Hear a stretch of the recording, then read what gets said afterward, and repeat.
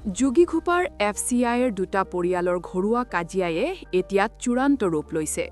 ঘৰুৱা কাজিয়ালৈ যোৱা 12 ডিচেম্বৰৰ পৰা FCI বজাৰত কাজিয়াৰ সূত্ৰপাত আৰম্ভ হয়।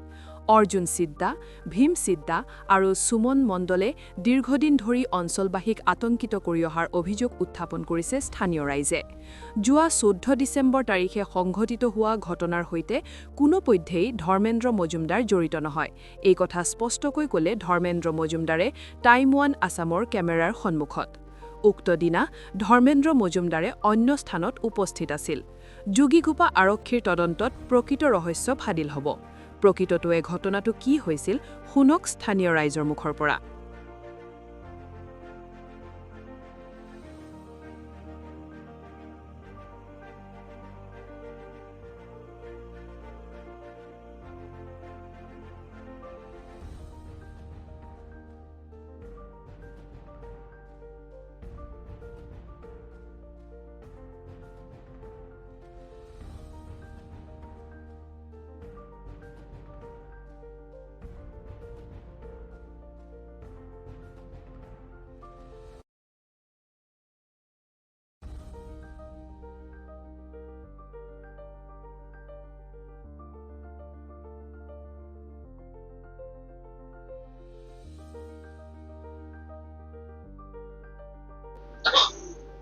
কালি সন্ধিয়া 6টা, 6:30 বজাত ঘৰৰ পৰা মই বজাৰত যাওঁতে অৰ্জুন সিদ্দাৰ ঘৰৰ ওচৰত সি মোক পিছফালেদি আহি ডাৱৰীত পিছফালে কোবাই, তাৰপিছত মই অজ্ঞান হৈ পৰি যাওঁ।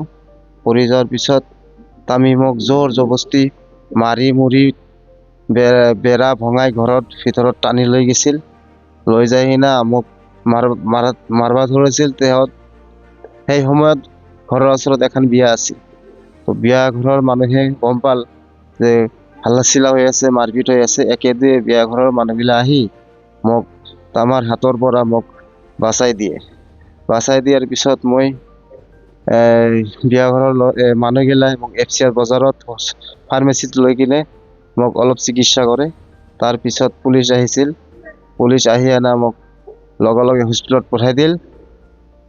তাৰপিছত মই হস্পিটেলত যাই চিকিৎসা কৰিলোঁ। কৰাৰ পিছত মই মোৰ যাই গম পাওঁ যে মোৰ দেউতাকো মাৰিছে, মোৰ মাকো মাৰিছে, মোৰ ৱাইফকো মাৰিছে, মোৰ আৰু এটা আছিল ভাগিনা আছিল। সি ভাগিনা গেছে ছুটাবৰ কাৰণে তাকো মাৰি দিছে। ঘটনাটা আৰম্ভ হ'ল আমাৰ FCI বজাৰত ৰেল লাইনৰ সন্মুখত এটা পাণ তামোলৰ দোকান আছিল। পাণ তামোলৰ দোকানত তাতে ভীম সিদ্দা সি বহি আছিল, মানে এখন বেঞ্চিত বহি আছিল। সেই বহি থাকোঁতে মই যাই দেখো, মোৰ এনে দাদু বুলি কওঁ, আগৰ পৰাই দাদু কওঁ।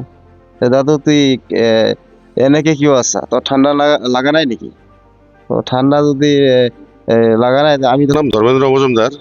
তো যাই হোক, যোৱা পৰহি দিনা আমাৰ ভাইটি আমি ইফালে আছিলোঁ, তো অলপ বাজাৰ এইফালে আছিলোঁ। আহি ভাইটিটাক বহুত বেয়াকে মাৰছে। তিনিজনে পাছফালৰ পৰা আহি আমাৰ মৃণাল মজুমদাৰক বহুত বেয়াকে মাৰছে আৰু কি মাৰিছে। আপোনাৰ অৰ্জুন সিদ্দা, ভীম সিদ্দা আৰু সুমন মণ্ডল, তিনিজনে বহুত বেয়াকে ইয়াতে ফেলাই লাইছে মাৰছে একদম। তিনিজনে তাৰ পাছফালৰ পৰা মাৰছে। তাৰ মোবাইলটা হাৰাই গৈছে, মানি বেগটা ছিঙি গৈছে, মানে মানি বেগ হেৰাইছে। ড্ৰাইভিং লাইচেন্স আছিল, অৰিজিনেল লাইচেন্স আছিল, মানি বেগত পইচাও আছিল, সবখিনি বস্তু হেৰাই গৈছে। আৰু বহুত বেয়াকে মাৰছে। তখন মোৰ নিজৰ ভাইটি, যিহেতু মই তৎক্ষণাৎ তাক মেডিকেলত মই লৈ গৈছিলোঁ। তাৰপিছত বাকীখিনি নাজানো। আৰু যোৱাকালি যিটো ইহঁতে মানে যিটো মানে বাজাই আছে যে ধৰ্মেন্দ্ৰ মাৰা বুলি, মই কালি মই মানুহটা ঘৰত নাছিলোঁ। ঠিক আছে, কালিও মাৰামাৰি হৈছে। কালি মাৰামাৰিটাত মই নাছিলোঁ। মই আছিলোঁ হৰবগত, এটা বিয়া খাব গৈছিলোঁ। মই 3টা বজাত ঘৰৰ পৰা গৈছোঁ মই বিয়া খাবা হৰবগত। ৰাতি 12টা মান আহিছোঁ, যোৱা ৰাতি। তো কালি ইহঁতে মিছা মোক বদনাম দি আছে। যোৱা 14 তাৰিখ মানে যোৱাকালি আৰু কি, সেইটো মোক মিছা বদনাম দি ভাষা কৰি আছে। ইহঁতে মই বোলে মাৰছো। মই কালি এদিন মাৰামাৰি হৈছে আৰু, কিন্তু তাতে মই নাছিলো। কালি মাৰামাৰি মৃণাল মজুমদাৰ বাজাৰৰ পৰা ঘৰৰ ইহঁতৰ ঘৰৰ আগেদি যাব লাগে তাৰ ঘৰত হা। যাওঁতে মানে তাই একলা বাজাৰৰ পৰা ঘৰত যাই আছে, আমাৰ ঘৰৰ আগতে আমি মানে সবগিলাই মিলি প্লেন কৰি মানে টানি মাৰছে, যে কেছ দিছো, মানে গম পাইছে যে ইহঁতে এজাহাৰ দিছে, ৰাতিপুৱা আমি দি আহিছো। সেইটাৰ আগতে কালি টানি লৈ আমাৰ ঘৰত লৈ সবকেইটাই মাৰছে। তিনজন মাইকী, তিনজন মতা মানুহে ধৰি মৃণাল মজুমদাৰক বহুত বেয়াকে মাৰছে কালি, আৰু মাথা চাথা ফাৰাই দিছে। এগুলা বহুত এক্সৰে ৰিপৰ্ট দিছে, চিটি স্কেন দিছে, ছ'নোগ্ৰাফি দিছে। আমি জয়গোৱাৰ লগে লগে জয়গোৱা মেডিকেলত মানে সংকটজনক অৱস্থা আছিল, জয়গোৱা মেডিকেলত ভৰ্তি কৰাইছোঁ। তাৰপাছত মানে এই হিচাপে আজি অচি ছাৰো আহিছিল, আহি এনে বস্তুখিনি মানে তদন্ত কৰি গেল আৰু কি। এইখিনি যোৱাকালি ঘটনাত আপুনি মই নাছিলো ইমান এটা। হয়, মই বিয়া খাব জানে মোৰ বাজাৰৰ কিছু মানুহ বন্ধু বান্ধৱ জানে যে মই নাছিলো ইমান এটা। জানো ইয়াৰ আমাৰ অঞ্চলৰ গোটেই বাসিন্দাখিনি জানে, ল'ৰাটো যিজন ভীম সিদ্ধা, সি মানে ইমানেই বেয়া, ড্ৰিংক কৰাৰ পাছত মানে কাজিয়া নিজে লয় আৰু যেনে যাচি লয় আৰু কি, মানুহক যেনে তেনে ব্যৱহাৰ কৰে, মানে যি টি বাক্য দুৰ্ব্যৱহাৰ কৰে, মাৰামাৰি কৰে। তো এনেকুৱা ধৰণৰ ল'ৰাটোৰ বিষয়ে আপোনালোকে এই অঞ্চলত সুধিব পাৰে, মই এইখিনিয়ে জানো আৰু। হয়, যোৱাকালি যিটো ঘটনা, কালি আমাৰ গাঁৱত এটা অনুষ্ঠান আছিল, বৌবাদ বুলি কওঁ আমি। আমি গোটেইকেইটা মানুহ বাজাৰত আছিলোঁ, চবে মিলি আৰু কি বাজাৰত আছিলোঁ। বাজাৰত থাকাত ইতিমধ্যে ঘৰৰ সিফালে বোলে হুলস্থুল হয়। আমিতো নাজানো, তেতিয়া যাই কিনে দেখোঁ যে এনেকৈ বহুত মানে বিকট অৱস্থা, সংকট অৱস্থা। তাৰপিছততো চবকে হস্পিটেলত পঠাই দিয়া হ'ল।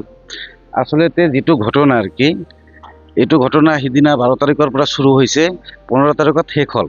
আজিলৈকে শেষ হোৱাই নাই, যিহেতু তাহাঁতে এজাহাৰ দিছে, ৰাতিপুৱা পুলিচে কোনো একশ্যনতো লোৱা নাই। তাৰপিছত ইমি যাই 6টা বজাত মাতে দি যাই কিনে আৰু মানে তাতে পুলিচৰ কেছ কৰিছে, আৰু ইয়াতে মাৰপিট কৰাৰ পিছতে কেছ কৰিছে। কিন্তু মৃণাল মজুমদাৰতো কেঁচাল কৰা নাই। মৃণাল মজুমদাৰে কি কৰিছে, যিহেতু ৰাতিপুৱাই কেছ কৰিছে, যদি তাহাৰ যদি মাৰাৰ যদি ইচ্ছা থাকিল হয়, তো ৰাতিপুৱা নাহিল, ৰাতিপুৱা যে কেছ নকৰিল হয়, সি মাৰাৰ প্লেন ল'লো হয়, আইনৰ ব্যৱস্থাটো নল'লো হয়। সি আইনৰ ৰক্ষা লৈছে, যে আইনে যি কৰে কৰিব। সি যেতিয়া ঘৰত যাব ওলাইছিল না আহা ওলাইছিল, তেতিয়া তাক ধৰিবলৈ বহুত মাৰছে আৰু। এইখিনি আমি জানো, যাৰ পিছত শুনা পালোঁ যে এইখিনি এই ঘটনা আৰু কি। তাক বোলে ৰাস্তাৰ পৰা ধৰি লৈ ঘৰৰ ভিতৰত লৈ গৈছে, ৰাস্তাৰ পৰা